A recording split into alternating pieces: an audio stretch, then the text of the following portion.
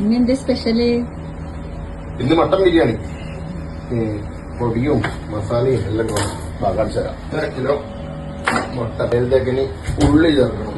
ഒരു 4 medium size ഉള്ളി അരിഞ്ഞത്, ഒരു 4 തക്കാളി, ഒരു 10-15 പച്ചമുളക്, എന്നിട്ട് കുറച്ച് കുരുമുളക്,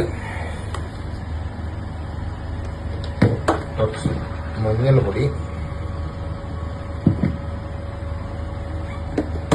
പിന്നെ ഉപ്പും കൂടി മതി. വേറെ ഇതിൽ കാര്യമായൊരു മസാലകളൊന്നും നമ്മൾ ചേർക്കുന്നില്ല. ഓക്കെ, ഇതിലുള്ള ഫുള്ള് മിക്സ് ചെയ്യണം. എന്നിട്ട് അടച്ച് വെച്ചിട്ട് ഒരു 1/2 മണിക്കൂർ വേവിച്ചെടുക്കാം.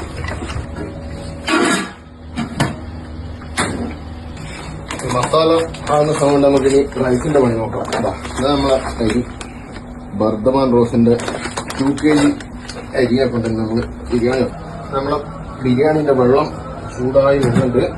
ഇതിലത്തേക്ക് പട്ട, ഗ്രാമ്പ്, തക്കോലം എല്ലാം ഇട്ട് ഒരു ക്യാരറ്റ് മുറിച്ച് വെച്ചിട്ടുണ്ട്. അത് ഒന്നുമില്ല, വലിയ ക്യാരറ്റാണ്, മൊത്തത്തിലിടുന്നില്ല, ഹാഫ് ഇടുന്നു. ആവശ്യത്തിന് ഉപ്പിടാം.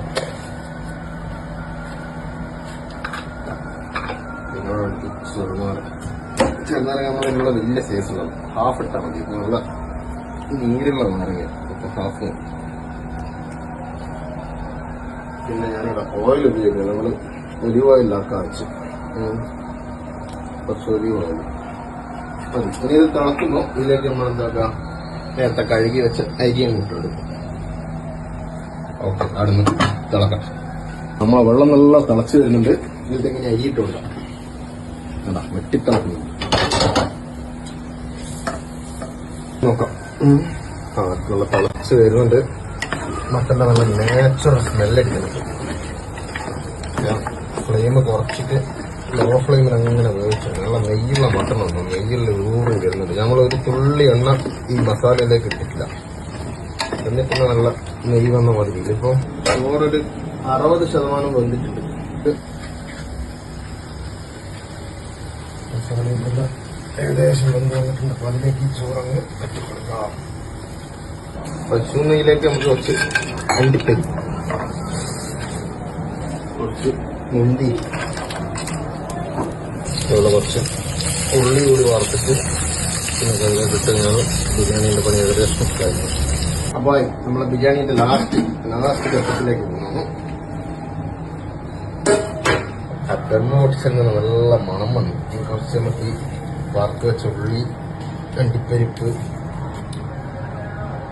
ജസ്റ്റ് ഒരു 5 മിനിറ്റ് അവിടെ മൂടി വെക്കാം. പിന്നെ ഇതിന്റെ കൂടെ തന്നെ നമ്മളൊരു പായസം കൂടി വെച്ചിട്ടുണ്ട്. നല്ല